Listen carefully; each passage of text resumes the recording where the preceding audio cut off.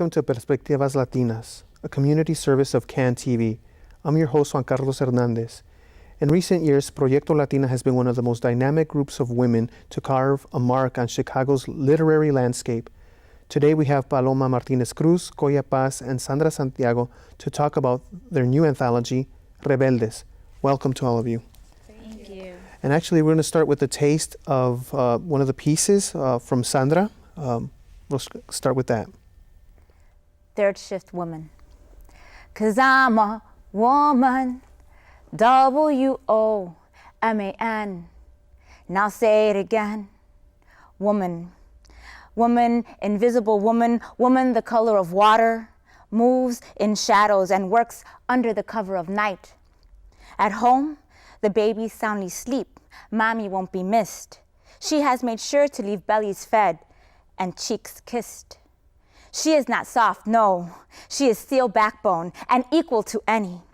Her limbs are a commodity. Knees bent, scrub floors, wiping up the drippings of the day's residue from exhaustion, failure, dissatisfaction, and sour ambition.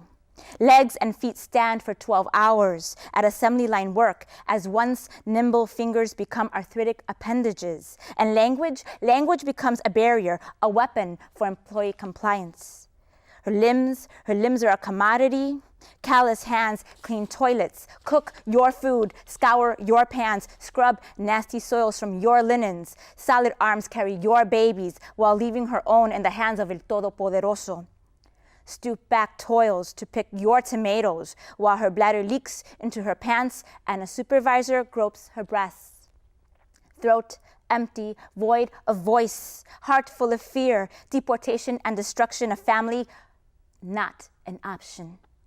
Her work is a baptism by fire, paying for her children's initiation into the mainstream so that they can say, I too am America. The revolutionary's wife.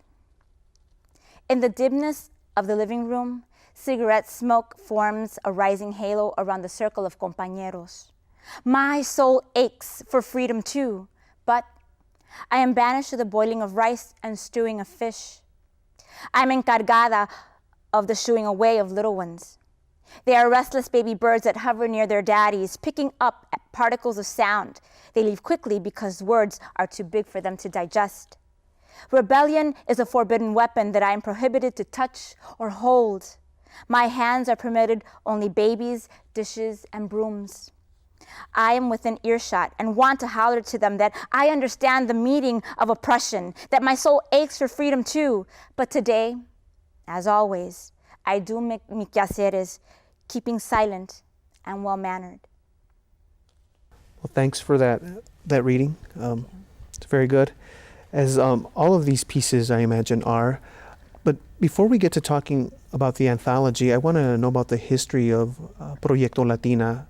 Have you all been involved in collective organization since the beginning, or how did it come about? Tell me about that.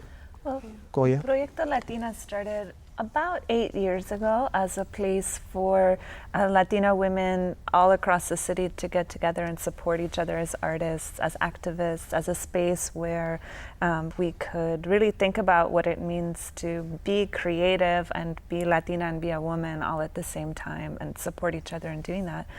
We're not really an organization so much as a kind of loose collective. There's no membership, right? Like you're in and you're out. Anyone who comes and comes again is welcome to come again and participate. And have you all been involved since the beginning, in those past 8 years? I did get involved, I think, in the first year of Proyecto Latina. I need other people. The founders kind of remind me that I was there from the first season, not the first reading, but I'm a long-time active participant. I've been there about 5 years. I went in because I heard about this reading for women, and I was intrigued because I write, but I never really I hadn't presented in a long time, so I wanted to see what it was about, and I was hooked. And so since about 2008, I've been a participant. And then how do people become part of it? They just go to readings, they say, hey, I want to join Proyecto Latina, or I want to become part of this collective? How exactly does that happen? Yeah, I mean, there's not really a membership process. So the Proyecto Latina was technically founded by me, Diana Pando, Iracema Gonzalez, but it was a really casual thing of saying it would be really great to have a space for us to get together and write and for other women to write. And that's what we just started doing. And then it was one of those things, whoever showed up and kept showing up were the people that were around. Though we did and do curate feature series. So the most of what Proyecto Latina has done is a reading series on the third Monday of every month, where we would have a featured reader, and we've had people who are really famous published authors, and we've had people who this is their very first time reading their work in public. You know, they're writing on papelitos, they're meseras, and that's their waitresses, and that's their thing. And then always an open mic. And so just after a while, you start to see sort of over and over again the same people who are so involved that they say, hey, I have a good idea, I want to do this project, and sure, do that project, we support you.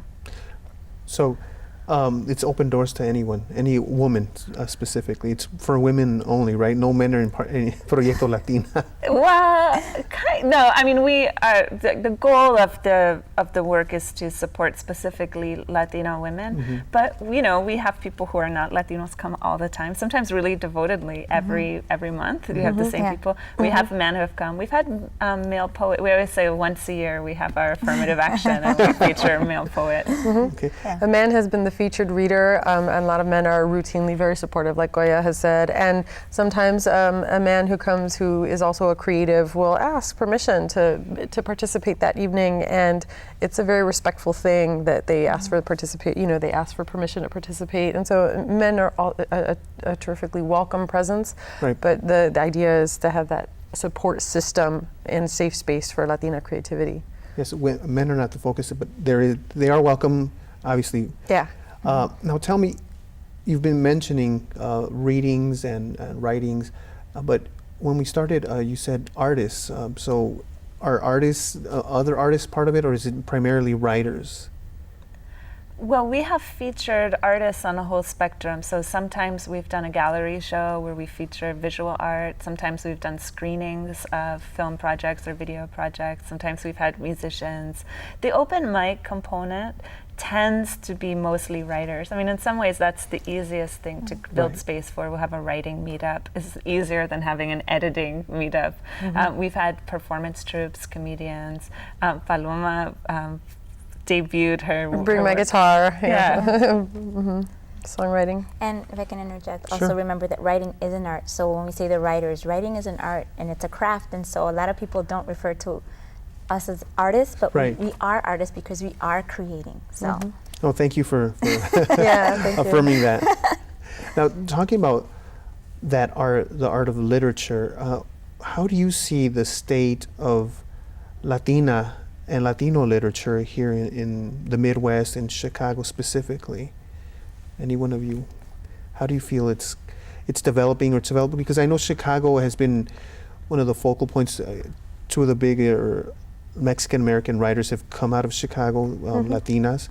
But obviously they're part of another generation. How do you see that now? Paloma? Okay, interesting.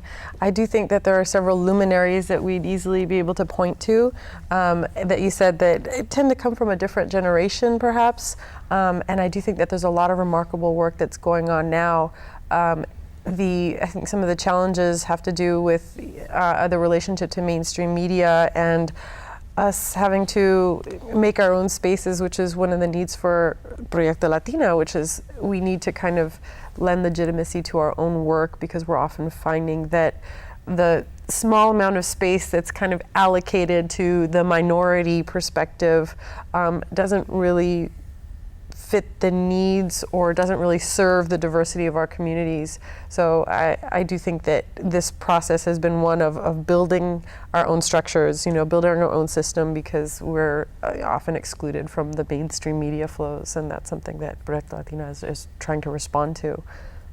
Do you think that's a Midwestern conundrum that Latinas here and Latinos in general have to, especially Latinas, will have to carve out their own spaces? Because when we think of U.S. Latino literature, we tend to focus on the coasts and the Southwest, right? Do you think we have to do that here in the Midwest, that Latinas have to, or you specifically have to kind of fight for that space? I think so. I would say I come from California, where I think there was a lot, just a more palpable history, or maybe, there were spaces of, I think, kind of institutional authority that Latinos had gained in the Southwest United States through the Chicano movement of the 60s and 70s. So out there to say, oh, there's a Chicano Studies Center and there's these publications, that's something that I think people had kind of, that access was something that there was an awareness of that access, and I find that is perhaps a struggle that's more on the forefront, is creating those organizations or those vehicles for greater exposure and greater reach. Right. Now, I think so. Focusing, I'm sorry if I interrupted there, but Not at all. As far as being Midwestern Latinas, what distinguishes the voice of a Midwesterner from the people on the coast and the Southwest? What makes us here different? Any of you can contribute? And there might be a different set of cultural references. One of the things, I'm not originally from Chicago, but I've lived in Chicago about 18 years. And one of the things I always joke about in Chicago is that people want to know where you live, and they mean not just what neighborhood specifically you live in, but what street corners. I live at, Division and Kimball. It's really true, different than living at Division and Right. Damon, And so they want to know those, and they know everything that has happened. Chicago is a really kind of neighborhood-centered city, it seems to me, and that we don't always, when I think about the work that's come through Proyecto Latina, it tends not to be infused with the same kind of imagery that I sort of associate with Latino writing in the Southwest or in California, which is really heavily influenced by Chicanismo. Absolutely. It tends to be more of a kind of Chicago's work is urban, but in this way that is not sort of got the kind of hardcore bustle of New York, for example. Right. It's really about what it is to kind of live and survive in a city that's, spread out, and so it's got the specificity of trying to build home through your poems. And I see that it seems a little bit different than trying to create a mythology. And also, Chicago is really different from any of the cities on the coast, because we are one of the nation's most segregated cities. And so I think that issue and that dilemma and those things speak to the writings of Chicago women.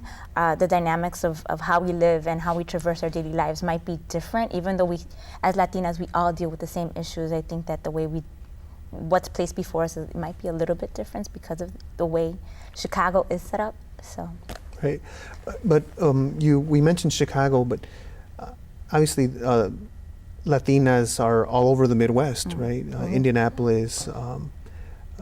Paloma, you mentioned that earlier, that before we started the show, that you were moving to Ohio. How do we, is Proyecto Latina building those bridges outside of the largest urban center in the Midwest to include some of those voices beyond this urban center? Going on with what Coya mentioned, having been born and raised in California, having access to the Chicano mythology, right? That's something that I find I'm always kind of interpreting or resituating in the different environments that I'm in, where I have the opportunity to come together with a more pan-Latina circumstances, right? And that's a very exciting thing, to not just take for granted that a whole, I guess, structure around Chicanismo can be just assumed or taken for granted, right? Being in dialogue with different Latinas from different backgrounds, different generations, that's definitely something that I feel has been a feature of a Chicago Latina project, has been, having Caribbean voices, Central American voices, South American, having really, a pan-Latina dimension. And that's something that I think that to be able to spread out and talk to other areas, or to be able to do some outreach in other regions of the Midwest, I think that's definitely going to be at the forefront, not assuming a certain mythology or a certain history, but knowing that we're going to be working with different generations and different nationalities and coming together. And and dealing with the specificity of, the Midwestern situation. Right. And in Ohio, I've also, right away I notice it. I'm like, where's the barrio? I'm going to be moving to Columbus, Ohio. And I'm like, where's the barrio? Before we continue, and we're going to get into how that became part of the anthology, we're going to see the second reading. And for our second reading, we have Paloma. We have you reading your piece.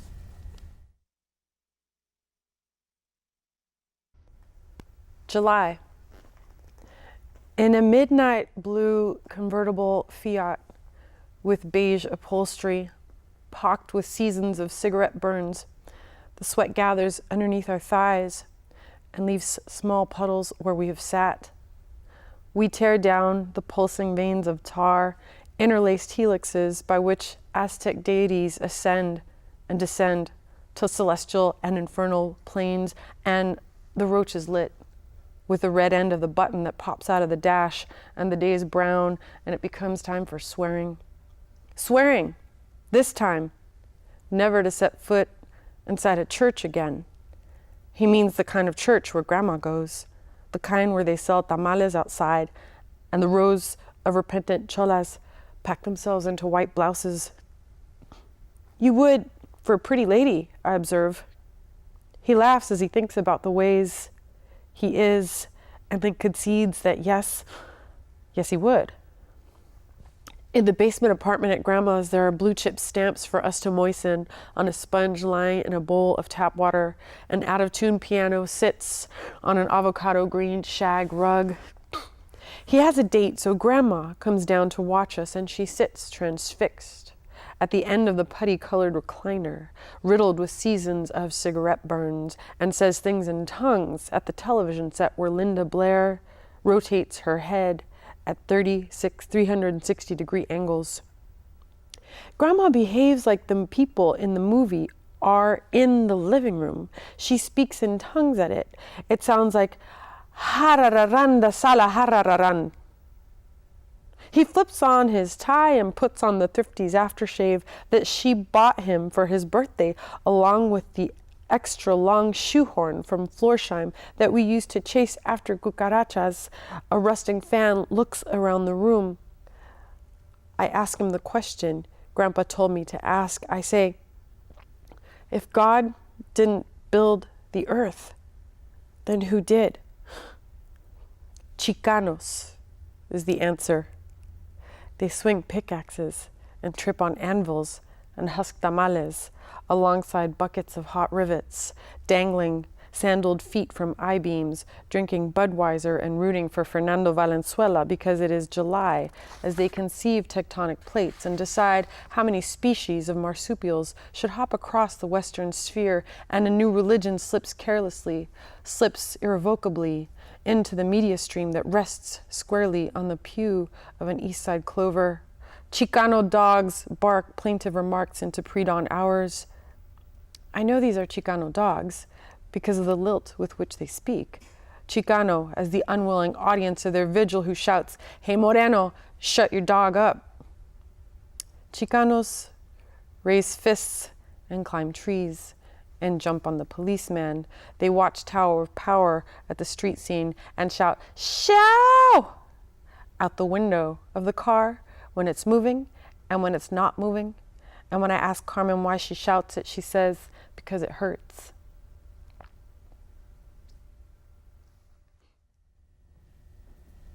Now, we were talking about Midwestern writers and Chicago writers before we went to that second reading.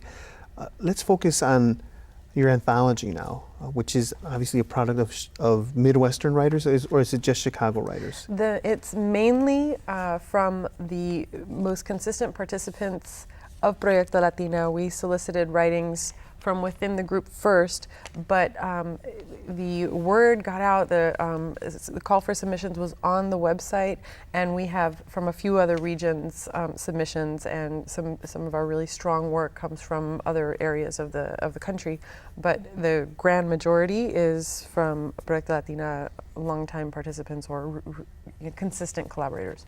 So tell us about the book itself, the cover art, how you were the editor, yeah. Correct? The process of gathering all of that material, going through it and working on the design? Who did you work with? How was that entire process? Yeah, well, it was exciting. This is the first time that I edited an anthology, and I had the luxury of a little bit of unstructured time last summer that and I said, well, to the founders, I wanted to see if this seemed like an appropriate step for us to take. And we were all on board with the idea that, yes, we've been working on as a collective for over 7 years. Why not? An anthology would be a really great direction to go in. So we solicited, like I said, amongst our participants first, primarily, and then we wanted to include everybody. So if there were pieces that needed a little bit more polish, I worked with them as the editor and, worked on another draft or a couple of drafts, because we wanted to be as inclusive as possible. Right. And to really have a picture of what it feels like to be a community. So what I tell people is it's a process rather than a product.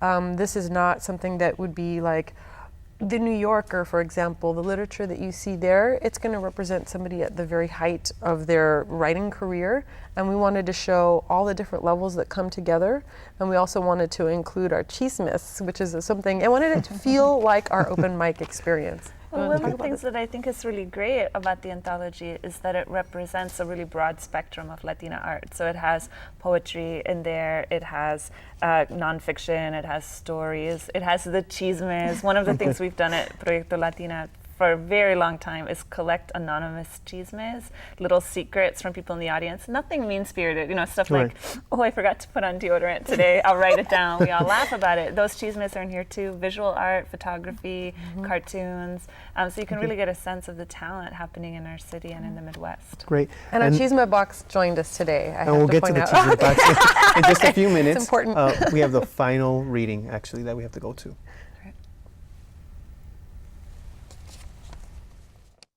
Sonku, my heart, mi corazón, lives outside of me.